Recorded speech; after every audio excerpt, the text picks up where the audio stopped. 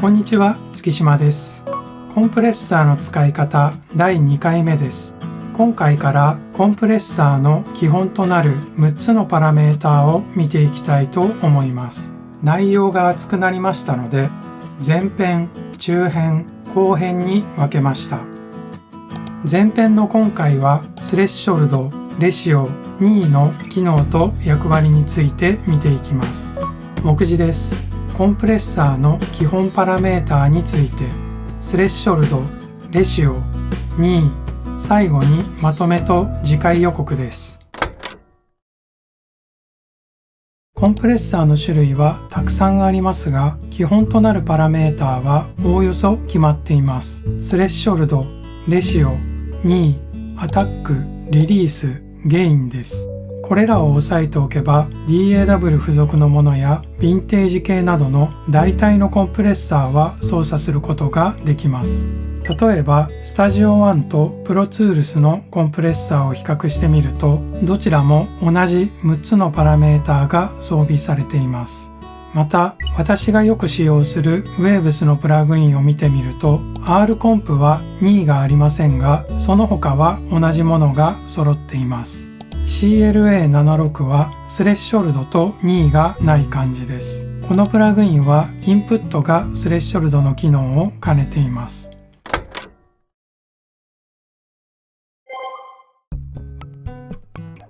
コンプレッサーは設定されたスレッショルドの値より大きい音をレシオの設定比率通りに圧縮します。スレッショルドのつまみを左に動かすとグラフが下の方に動いて変化します。これは下に行けば行くほど音をたくさん圧縮することを意味します。逆につまみを右に動かすとグラフが上に上がります。そうしますと大きい音のみを圧縮するという設定になります。スレッショルドの値を変更しながら音の変化を確認していきたいと思います。ドラムのキックの音源を使用しますので、プリセットの BD タイトを基本として使用しています。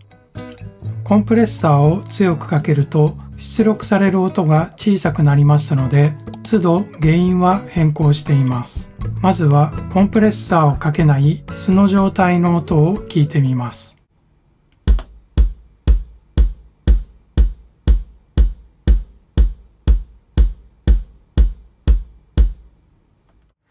次にスレッショルドをマイナス15デシベルに設定した音を再生します。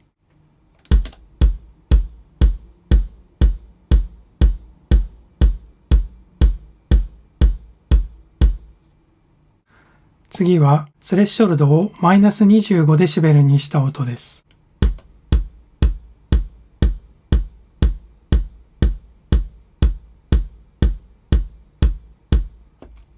次はスレッショルドをマイナス40デシベルに設定した音です。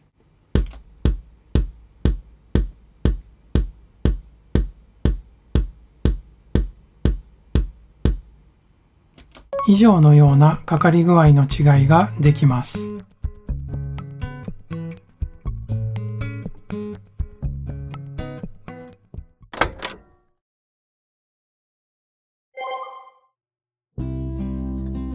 レシオは音を圧縮する比率です。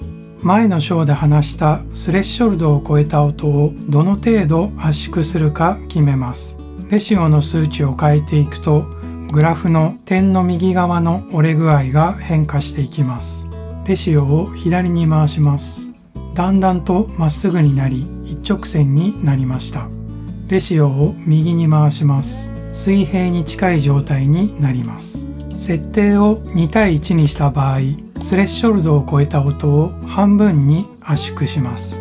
3対1の場合は3分の1といった具合になります。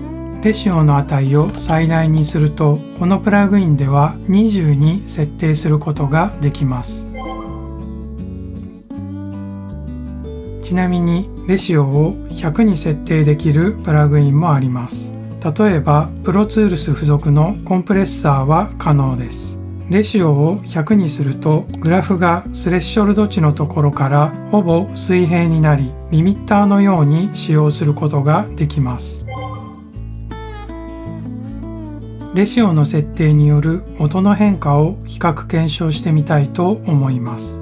スネアの音を使用します。まずはコンプレッサーをかけない音を聞いてみます。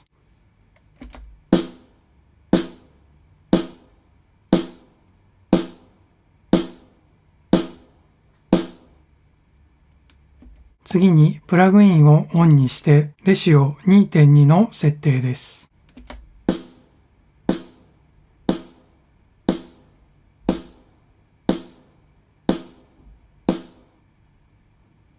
次はレシオ10に設定しました。再生します。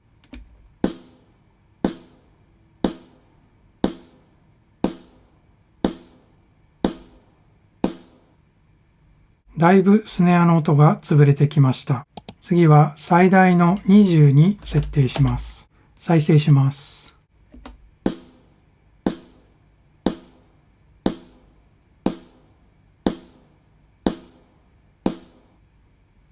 レシオを変更することでこのようなかかり具合の違いがあります。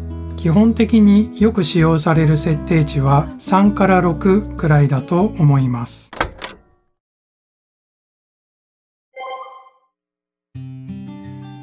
2位もグラフを見ながら操作するとイメージしやすいです。つまみを左に回します。点のところでしっかりと曲がる状態に変化しました。これがいわゆるハードニーと言われる状態です。右に回します。カーブが緩やかになりました。これがソフトニーと呼ばれる状態です。コンプレッサーを鋭く効かせたいときや優しく効かせたいときなど場面に応じて設定します。2位の設定による音の違いをスネアの音源を使用して比較検証してみたいと思います。まずはプラグインをかけないバイパスの状態を聞いてみます。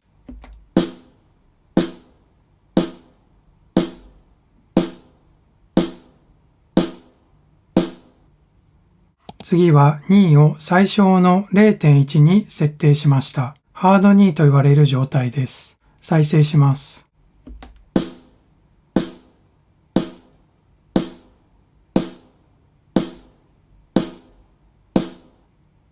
次は7に設定しました。再生します。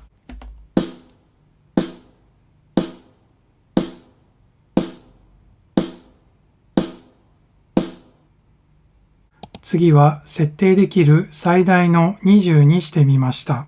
ソフト2と言われる状態です。再生します。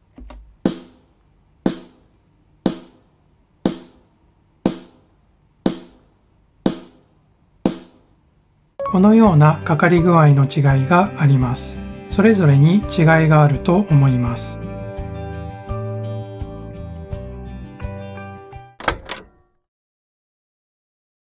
今回のレシオと2位の比較検証では、コンプをオンにしてからの音の違いをはっきりと聞き分けることは難しく、雰囲気が少し違うかなといった感じだと思います。最初はそういったニュアンスの違いを感じ取るだけでも十分だと思います。ただ、ゲインリダクションの数値を見てみると、リダクション量に違いはありますので、微妙ではありますが変化はしています。コンプレッサーをかけた時の音の違いは聞き慣れてきてコツをつかめばだんだんと違いがわかるようになってくると思います。次回はアタックとリリースについて見ていきたいと思います。私はアタックとリリースがコンプレッサーの設定で一番難しくて重要なものと考えています。その辺もお伝えできたらいいなと思っています。また次回の動画も見ていただけたら嬉しいです。それでは最後までご視聴ありがとうございました。